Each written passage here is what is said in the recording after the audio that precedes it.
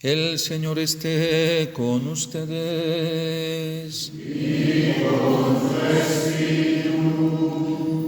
Lectura del Santo Evangelio según San Lucas. Gloria a ti, Señor.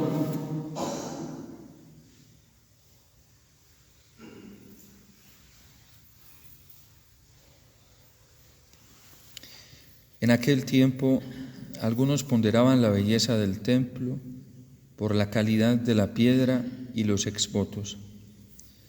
Jesús les dijo: esto que contempláis llegará un día en que no quedará piedra sobre piedra, todo será destruido.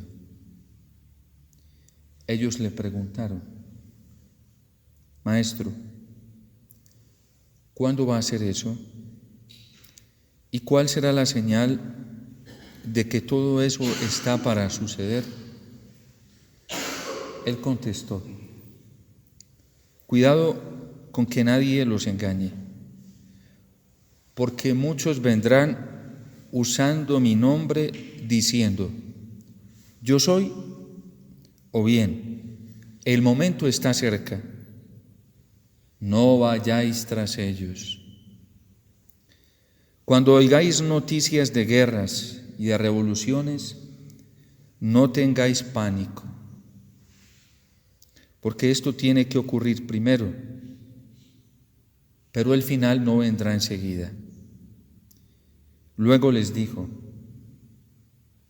se alzará pueblo contra pueblo y reino contra reino. Habrá grandes terremotos y en diversos países epidemias y hambre. Habrá también espantos y grandes signos en el cielo. Pero antes de todo eso, os echarán mano, os perseguirán, entregándoos a los tribunales y a la cárcel, y os harán comparecer ante reyes y gobernadores por causa de mi nombre. Así tendréis ocasión de dar testimonio. Haced propósito de no preparar vuestra defensa, porque yo os daré palabras y sabiduría a las que no podrá hacer frente ni contradecir ningún adversario vuestro.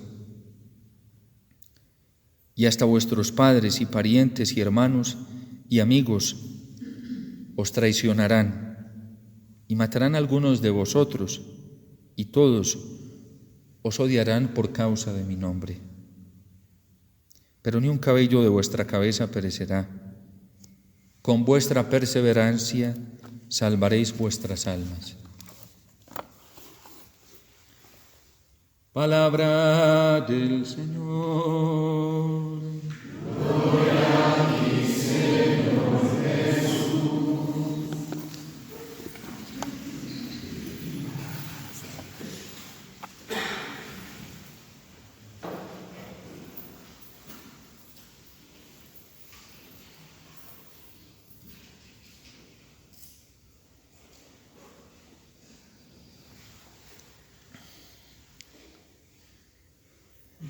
En río revuelto siempre pesca el diablo y le es muy fácil pescar. Mientras el mundo está entrando en una turbulencia, y lo está porque es real, no al nivel quizás que estará más adelante, pero lo está entrando en una turbulencia, el grado de confusión cada vez es más alto en las personas.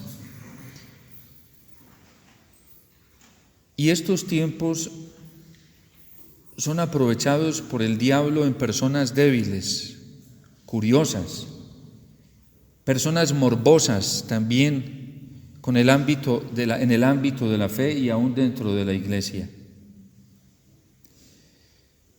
Y esto es muy fácil utilizarlo para confundir, para manipular. De esto se aprovechan también muchos para enredar a la gente y embaucarlos. Y por eso nos advierte hoy el Señor, frente a dos cosas que se dan en nuestra realidad, que no han llegado al nivel más alto de atención, pero que se están dando, y entonces muchos aparecerán usurpando el nombre del Señor diciendo dos cosas. Unos, yo soy, y otros diciendo que el momento ya está cerca y que el fin del mundo va a llegar. Pero no os dejéis engañar, no os inquietéis, no les hagáis caso. Hoy, por ejemplo, frente a la situación que está sucediendo, algunos que les gusta escarbar, algunos que son curiosos y a otros que les gusta ir detrás de todo eso y les fascina la curiosidad, por ejemplo, frente al mensaje de la Virgen en Fátima o al secreto de Fátima, andan escarbando y buscando a ver qué más hay, qué es lo que tienen escondido, que no han revelado. Y es que ya todo está dicho. Fíjense, la Virgen en Fátima, la Virgen es muy concreta y no da vueltas. La Virgen va al grano. Hace poco en Medjugorje la Virgen dijo: convertíos y sed santos, no más. La Virgen no anda dando vueltas. La Virgen no nos va a decir nada nuevo, la Virgen nos va a repetir lo mismo que nos ha dicho la palabra de Dios y lo que nos está advirtiendo la palabra de Dios. ¿Qué dijo la Virgen en Fátima? Lo primero que hizo fue hacer un diagnóstico, y nadie más objetivo que ella, sin estudiar teología, sin ser magíster, sin tener doctorados, sin tener especializaciones en geopolítica, nadie más brillante y objetiva que ella para decirnos lo que está pasando en el mundo, y dio un diagnóstico muy claro de lo que está sucediendo en el mundo y de cómo se encontraba el mundo. Luego la Virgen en Fátima nos dio la solución, porque eso es propio de una auténtica profecía: hacer un diagnóstico de la realidad, plantear cómo se encuentra la realidad de manera objetiva y luego ofrecer una solución. Y la Virgen da la solución, y la solución no es otra que la conversión y la santidad. Conversión para quien no tiene su vida entregada totalmente a Dios, totalmente, no a medias, porque Dios no nos está llamando a medias tintas.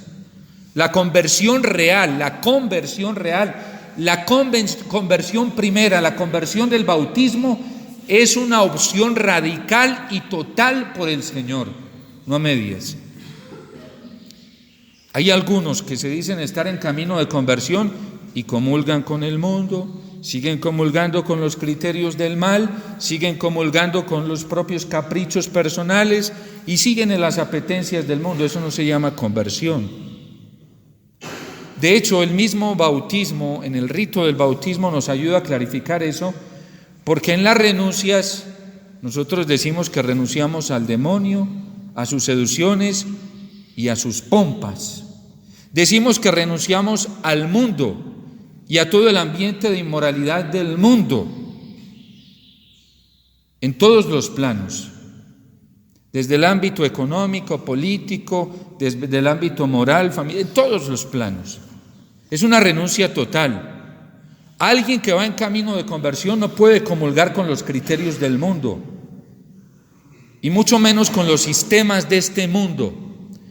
Una persona que comulgue con los sistemas de este mundo, por ejemplo, hoy, el sistema económico que está pervertido hasta donde ya no más, y comulgue con todo eso, es una persona que no ha hecho una opción radical por Cristo. Esos son cristianos de media tinta, tibios, y ya saben lo que dice el Señor en su palabra con los tibios: por no ser frío ni caliente, por ser tibio, estoy a punto de vomitarte de mi boca. Entonces, el bautismo mismo nos clarifica en qué consiste esa primera y auténtica conversión: alejamiento total de las seducciones, las pompas del demonio, un alejamiento total de las seducciones y propuestas del mundo total, eso es radical, y la negación a nuestros caprichos, a nuestros quereres, a nuestras satisfacciones, para que prime en nosotros el señorío de Jesús, que es la voluntad del Padre. Entonces, hacer un camino de conversión, como nos lo pidió la Virgen en Fátima, es eso: una opción radical por el Señor, no de nombre, no de boca, Para ellos es quienes está anunciando, o quienes no vivimos así, la vida cristiana está anunciando el gran castigo en el día del juicio, Malaquías.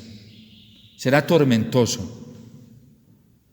Y lo más tremendo es que se enredan en la vida, en el éxito, y creen, o a veces creemos, que vamos muy bien, y resulta que vamos por el camino ancho, que conduce, la puerta ancha y espaciosa, que conduce a la perdición. El cristiano que no está buscando la configuración hoy con Cristo, no está viviendo un camino de conversión. Olvídense de eso, que eso es falso, eso es mentira. Para el sínodo de la familia invitaron a algunas personas, laicos, que tuvieran intervención en el campo de la familia, y hubo una de ellas de una conferencia episcopal médica que se paró frente a los cardenales y frente al Papa. Ahí está en la página del Vatican va, en las actas de ese sínodo para la familia. La intervención le dieron tan solo unos cuantos minutos. Y le dijo al Papa y a los cardenales y a los obispos y a todos los que estaban allá, en síntesis, para beneficiar la familia, Dios nos está diciendo las primeras palabras que Cristo pronunció en su ministerio público, las extrae ellas y dice: convertíos y creer en el Evangelio. La iglesia tiene que volver a ese anuncio, le decía esta mujer. Para ella no hubo aplausos, hubo silencios allí. ¿Sí? Miren, hay ambientes cristianos donde se habla de conversión y qué problema.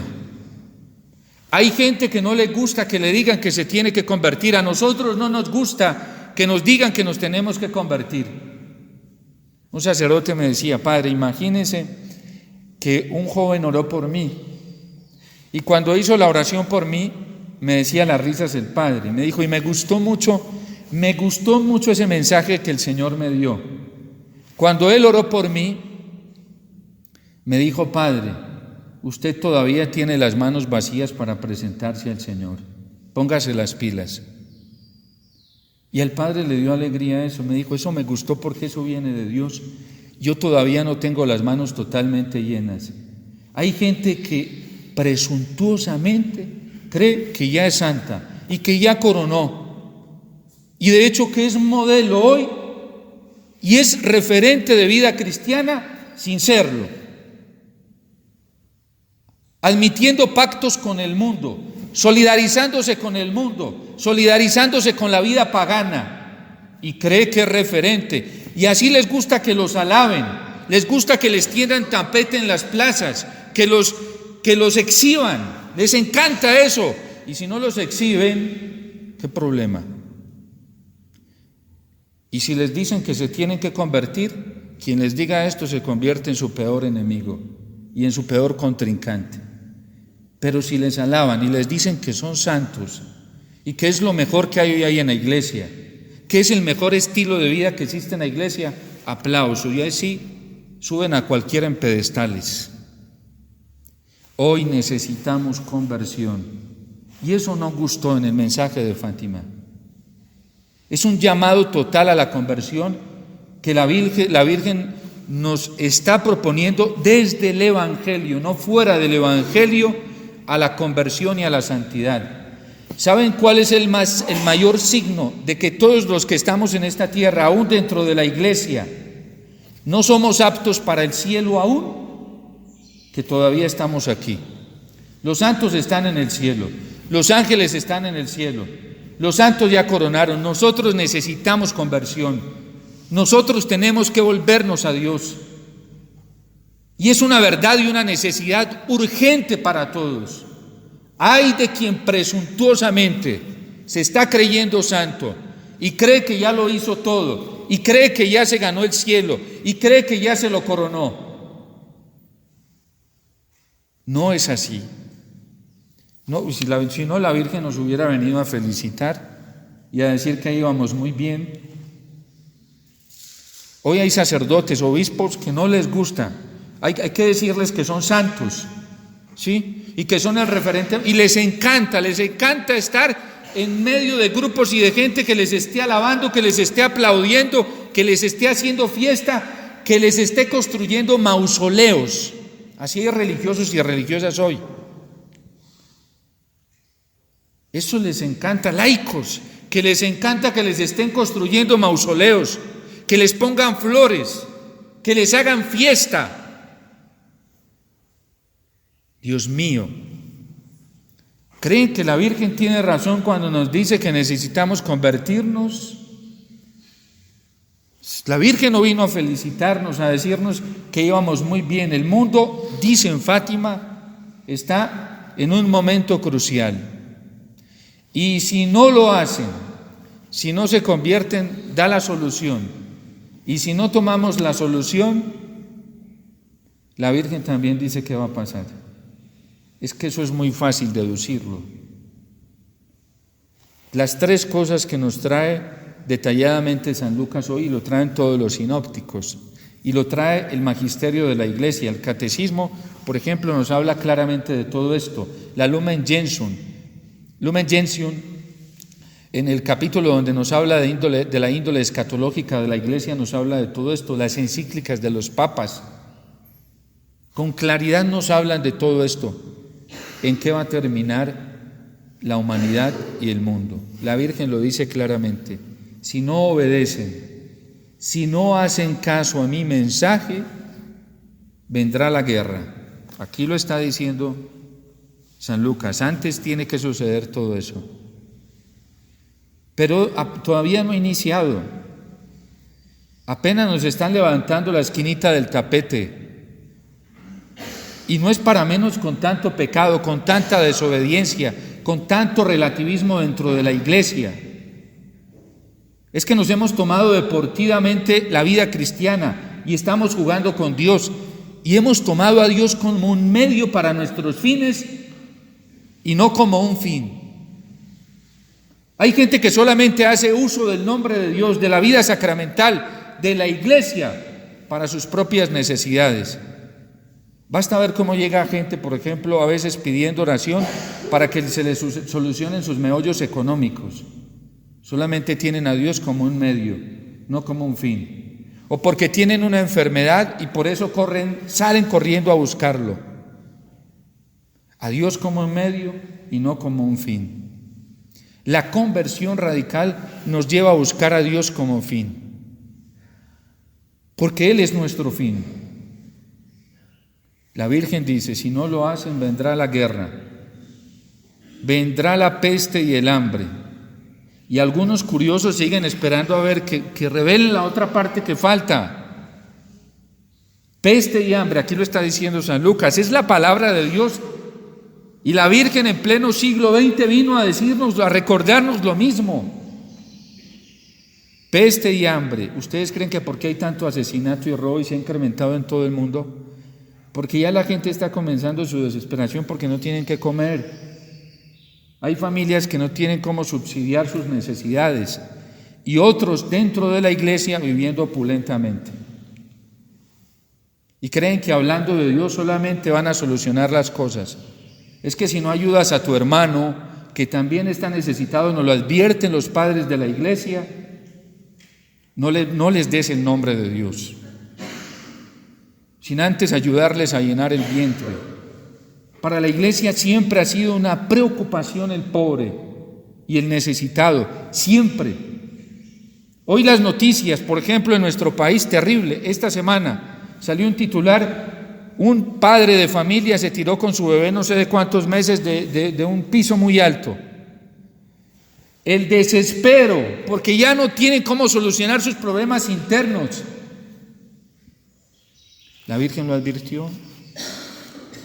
Peste y hambre y persecución para la Iglesia. Y algunos siguen buscando, escarbando a ver qué encuentran de nuevo.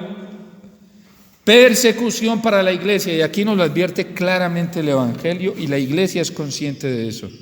La persecución es desde adentro. El Papa Benedicto XVI, en una intervención que dio cuando se le fueron encima por acoger a algunos obispos de Lefebvre, dijo: yo pensé que aquella expresión de San Pablo en la carta a los Gálatas, cuando advertía a los Gálatas que no se devoraran como fieras, era una exageración alegórica del Evangelio. Y dice el Papa Benedicto, y veo que esto es una realidad, porque se le fueron encima cardenales, obispos, sacerdotes. Hoy en la iglesia nos estamos devorando como fieras.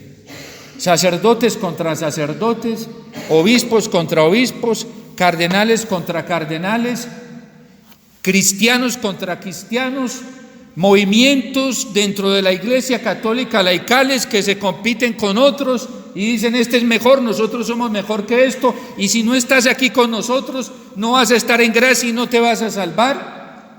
Una jauría de mastines dentro de la iglesia, y creen que Dios nos envió a eso, cuando la ley que Dios nos dio es la ley del amor. Y creyéndonos mejores que otros, y por eso hay celos, envidias, competencias, peleas verbales y hasta violencia física. A ese nivel de fundamentalismo estamos llegando, pero no os dejéis engañar, porque llegarán usurpando mi nombre. Y dice el Señor aquí, y hasta vuestros padres y parientes, ¿sí? Y hermanos y amigos los traicionarán. Qué bueno, me decía a mí un sacerdote, Omítar, yo estoy desilusionado ya de mucha gente.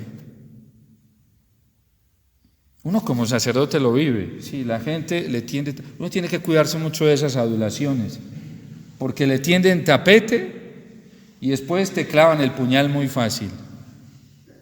Te lo clavan pero por detrás, no por delante, ¿sí? Y yo le dije, Padre, qué bueno que se esté desilusionando para que se ilusione con el único que usted se debe ilusionar, que es el Señor. Porque nos traicionan, eso es verdad, sí. Yo como sacerdote atiendo gente y yo sé que cualquier cosa puedo esperar. Y le pido al Señor que cuide mi corazón y que mi tarea como sacerdote la cumpla en el amor. Por eso no hay que esperar nada a cambio. Porque cuando esperamos algo a cambio, vienen resentimientos, odios, sí. Y entonces viene la posibilidad de irse sacando clavos y todas esas cosas. Y la ley que nos dio el Señor para sobrevivir en estos momentos es la ley del amor y la ley del perdón. Amad a vuestros enemigos y rogad por los que nos persiguen. Dios no nos dio otra forma de defendernos. Y hoy es muy claro el Señor. Y cuando los lleven a las sinagogas y a los tribunales, no se preocupen de qué van a decir ni cómo lo van a decir. A uno lo llaman a pedir cuentas. Hace algún tiempo a mí me llamaron a un lugar a pedir cuentas y se dieron cuenta algunos amigos sacerdotes y me decían, Omítar, prepárese bien, vea, lea esto. Y cuando me llegaba el gusanillo del temor, yo como que decía, ¿será que me voy a preparar? Y me iba para el Santísimo y no tienes que preparar nada, déjamelo a mí. Y el Señor hace unas defensas impresionantes, pero cuando uno mete la cucharada por soberbia, porque la soberbia nos traiciona y creemos que somos nosotros los que nos tenemos que defender, ¿saben para qué sirve esa defensa? Para desgastarnos y acabarnos, para nada, para puro despecho. Hay que dejarle las cuentas al Señor, Él es el juez. Cuando estéis ante los tribunales y las sinagogas, no os preocupéis de qué vas a decir ni cómo lo vas a decir. Será el Espíritu quien hable por vosotros en esos momentos. Por eso la mejor tarea para vivir estos tiempos, la Virgen nos lo dijo en Fátima, hacer penitencia, que es conversión, orad y sobre todo el Santo Rosario. Y hay que aferrarnos a la Eucaristía y la adoración eucarística, es nuestra tabla de salvación. San Juan Bosco la vio clara, ¿sí? En ese sueño. Yo llegué a una iglesia a Panamá y me impactó mucho porque me encontré en todo el frontis del presbiterio plasmado allí en una obra bellísima, el sueño de San Juan Bosco. La iglesia representada en esa barca turbulenta que se hundía, y 2 columnas que la esperaban ahí para que ella se anclara, y era la columna de la Virgen y la columna de la Eucaristía. No más. El cielo es sintético, es simple, sencillo. El cielo no da vueltas. Y ya no nos enredemos la vida buscando más cosas.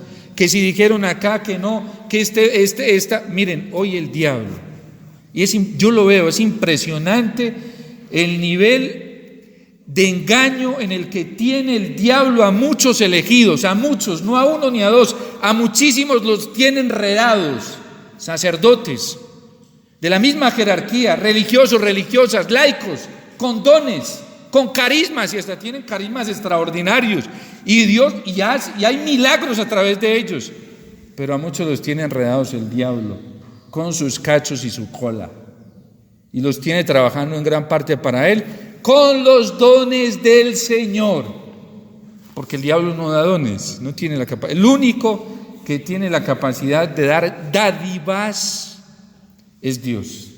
Satanás no da dones a nadie, no tiene esa capacidad. Él tiene la capacidad de engañar y pervertir los dones del Señor. Eso sí es capaz de hacer él. Y si no, miren, para una muestra de un botón lo que ha pasado en la iglesia con gran parte de los sacerdotes. No todos, porque es un porcentaje más bajo, ¿sí? El sacerdocio es un don grandísimo, hermosísimo, y lo dio Dios. Pero el diablo pervierte a nosotros que llevamos ese don, nos engaña, y con ese don el diablo también lo utiliza para dañar a la gente. Un don tan grande que Dios se lo dio a la iglesia para santificar a la iglesia es utilizado por el diablo también muchas veces para dañar. ¿Cuántos sacerdotes con el don del sacerdocio dañan y escandalizan a las almas? ¿Cuántos laicos con dones del Señor, carismas del Señor, que son del Señor, no son de ellos, dañan a las almas, lastiman a las almas, pervierten a las almas, las enredan y las engañan, y las llevan por el camino que no es? ¿Cuántos instrumentos de Dios que se les aparece la Virgen también? No crean que no. Pero la Virgen, ¿qué hace? Si la Virgen se manifiesta en instrumentos frágiles, vasijas de barro, la Virgen no puede responder por el sujeto que recibe la gracia. Ella responde por lo que ella da. Pero a veces, miren, un problema, una de las cruces grandes para los videntes y los instrumentos es que la gracia que se manifiesta en ellos es superior a ellos. Y a la hora de transmitirlo, dice la iglesia, hay que hacer un gran discernimiento. Eso hicieron, por ejemplo, con los pastorcitos en Fátima. Eso le tocó al cardenal Joseph Ratzinger. Estudiarlos primero a ellos, sí, y luego estudiar lo que ellos recibieron. Y la gente cree que un vidente, porque es vidente, tiene la última palabra, o es palabra de Dios. Son a los que más acecha el diablo para enredarlos. El vidente es vidente mientras está en la manifestación sobrenatural. Después a la iglesia es la que le toca interpretar eso. Ella es la única que tiene autoridad para eso. De hecho, Sor Lucía tenía esa humildad tan alta que ella sabía con plena certeza en su corazón que todo lo que había recibido era la iglesia a la que le tocaba interpretarlo. Por eso Fátima es tan grande para nosotros, porque San Juan Pablo II hizo algo muy grande con el cardenal Joseph Ratzinger. Cogieron toda esa manifestación y ellos, bajo la autoridad, potestad que Dios les había dado como iglesia, se la presentaron al mundo. Mucho cuidado con aquellos que se dan las ínfulas de ser fatimistas, porque la única fatimista es la iglesia, nadie más. A nadie más le dio Dios esa autoridad. Yo siempre leo el secreto de Fátima desde la página oficial de la Santa Sede en la Congregación para la Doctrina de la Fe. Ahí está todo lo de Fátima. Si ustedes quieren saber algo de Fátima, la mejor fatimista es la iglesia, porque la avala el cielo, ¿sí? Después no nos enredemos con más. porque puede ser un engaño del diablo. Por eso Jesús nos advierte hoy en el Evangelio. Miren, el Señor nos ama tanto, nos cuida tanto, es un papá. Yo me asombro siempre en la liturgia, me asombro. La liturgia fue creada por Jesús, fue Jesús quien la creó para mantenernos cuidaditos a todos, ¿sí? Y aquí nos reúne lo que le decía a Jerusalén: Jerusalén, Jerusalén, cuánto he deseado tenerte reunida como la gallina a sus polluelos. Todos los que aprovechamos la liturgia y sobre todo la Eucaristía, podemos, aunque débiles, frágiles, necios, podemos sentirnos cobijados, ¿sí?, bajo las alas de la gallina. Porque la liturgia no fue instituida ni siquiera por la Iglesia. La liturgia la instituyó Cristo para manifestarse en ella. Y por eso no es lo mismo escuchar la palabra de Dios dentro de la liturgia que escucharla fuera de la liturgia. Hay una gracia especial para todos, ¿sí? Para el mismo sacerdote que imparte la homilía, como para los fieles que la escuchan.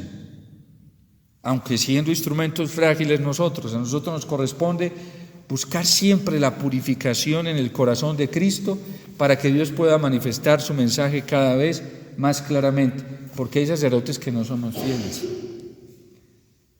y no somos instrumentos diáfanos del Señor. Y aprovechamos las cosas del Señor y aprovechamos el púlpito, también nos enreda el diablo para imponer lo nuestro. Y no hablamos desde la palabra del Señor, ni desde la iglesia, sino desde otras posiciones.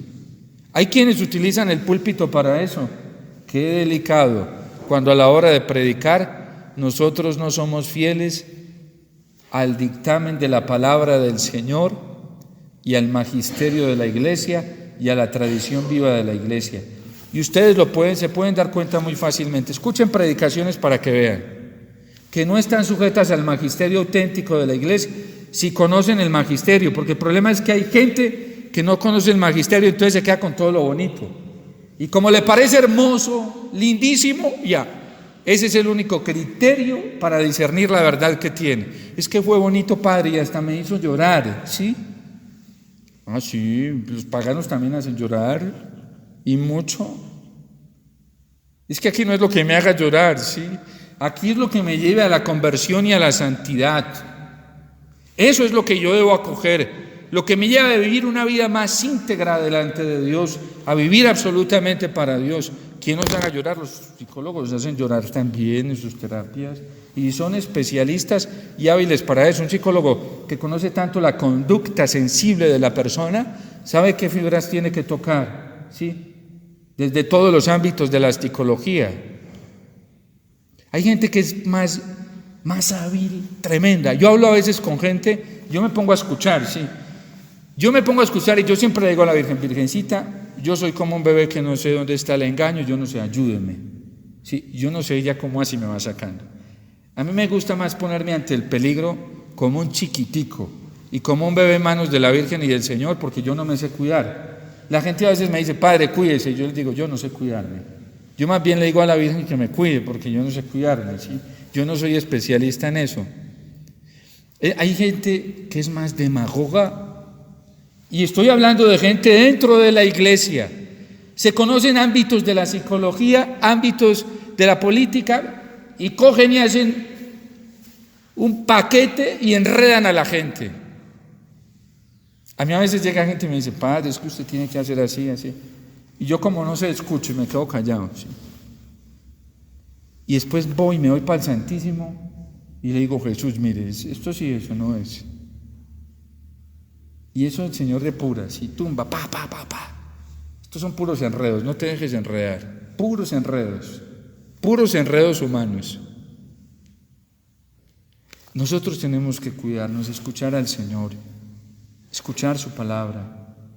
Escuchar a la iglesia, que es la que tiene la autoridad para hablarnos, y es una mamá que nos ha defendido siempre y está dispuesta a entregar la vida por nosotros. La iglesia no nos va a traicionar, eso sí lo sabemos. Y sobre todo miremos a la iglesia triunfante. La Lumen Gentium nos enseña a nos dice cómo está constituida la iglesia, por la iglesia triunfante, la iglesia purgante y la iglesia peregrina. El concilio y el magisterio de la iglesia nos enseña a fiarnos de la iglesia triunfante. Esa iglesia no nos va a traicionar. Y mientras estamos aquí, la iglesia militante, esta iglesia peregrina, nos dice la iglesia que nos debemos ayudar entre nosotros para conseguir rápidamente la purificación de nuestra mente y nuestro corazón. Pero aquí en la iglesia peregrina todos somos pecadores, ¿sí? Y necesitados de purificación al más alto nivel, todos, desde el Papa hasta el último bautizado. Por eso el Papa pide tanta oración, ¿sí? El Papa es humilde en eso, siempre pide que recemos por él. Todos necesitamos purificación. Y la iglesia purgante, ahí está en el purgatorio, purificándose. Entonces, la iglesia triunfante hay que mirarla mucho. La iglesia de los santos, de los mártires. Y estos son amigos. Y estos son padres y hermanos nuestros. Y nos acompañan todos los días e interceden por nosotros. Estos no nos van a traicionar, nunca. De ellos nos debemos fiar, ¿sí? De los que estamos aquí, todos, desde yo el primero, todos estamos envueltos en la debilidad y en la fragilidad más alta. Y si no nos aferramos al Señor y a nuestros hermanos de la iglesia triunfante, podemos perecer como muchos están pereciendo. La Virgen entonces da un diagnóstico, así como lo hace la palabra de Dios, brinda una solución. Si se acoge la solución, lo dijo la Virgen en Fátima, vendrá la paz. Pero no, a la Virgen no se le hizo caso en Fátima. Es una mentira decir que a la Virgen se le hizo caso. No le hicimos caso. No se le hizo caso en Fátima. Entonces, esperemos las consecuencias y asumámoslas como un acto de la misericordia del Señor para purificar el mundo, para purificar a la iglesia, para purificarnos a todos. Dios es tan bueno que nos está brindando los elementos de purificación, pues no quería que fueran tan dolorosos, pero fuimos nosotros los que escogimos el instrumento de purificación. Es que así nos gusta, cuando somos testarudos, así nos gusta a nosotros. Pero miremoslo siempre como un acto muy grande de la misericordia del Señor, que nos quiere salvar, que nos quiere llevar al cielo, que nos quiere tener con Él. No reneguemos nunca. Y siempre sepamos que en los momentos de prueba Dios está siendo muy bueno con nosotros. Tan bueno que nos ofrece la purificación como una posibilidad de arrepentimiento, de volver a Él y a recibir su gracia. Y si nos lo quita todo, no importa. Como Job, Dios me lo dio y Dios me lo quitó. Pero no nos pongamos a hacer esfuerzos vanos para que no perder las cosas, ¿no? No hay que hacer esfuerzos vanos, hay que dejar a Dios que trabaje como le gusta trabajar y como Él sabe trabajar, que es de la manera más perfecta. No nos fiemos de los hombres, fiémonos siempre de Dios, de nadie. Todos somos instrumentos frágiles y débiles. Yo les digo y siempre le digo a la gente, de mí no se fíen, fíense del Señor. Terminen en la Eucaristía, terminen a los pies de Jesús, terminen a los pies de la iglesia, terminen a los pies de la Virgen María. Yo también soy un instrumento frágil y débil, muy débil, que también tengo que hacer lo mismo todos los días, ahí buscando al Señor de rodillas, suplicándole todos los días a la Virgen que no me vaya a dejar enredar, que no me vaya a dejar caer, todos los días suplicándole a Jesús en la Eucaristía, todos los días le suplico que me mantenga ahí, a sus pies, que me mantenga ahí aferradito a su mano, porque yo no soy capaz, porque a todos nos quiere engañar el diablo. Por eso nuestra seguridad más alta es el Señor y la Virgen. Aferrémonos a ellos, sobre todo a Jesús, desde la Eucaristía.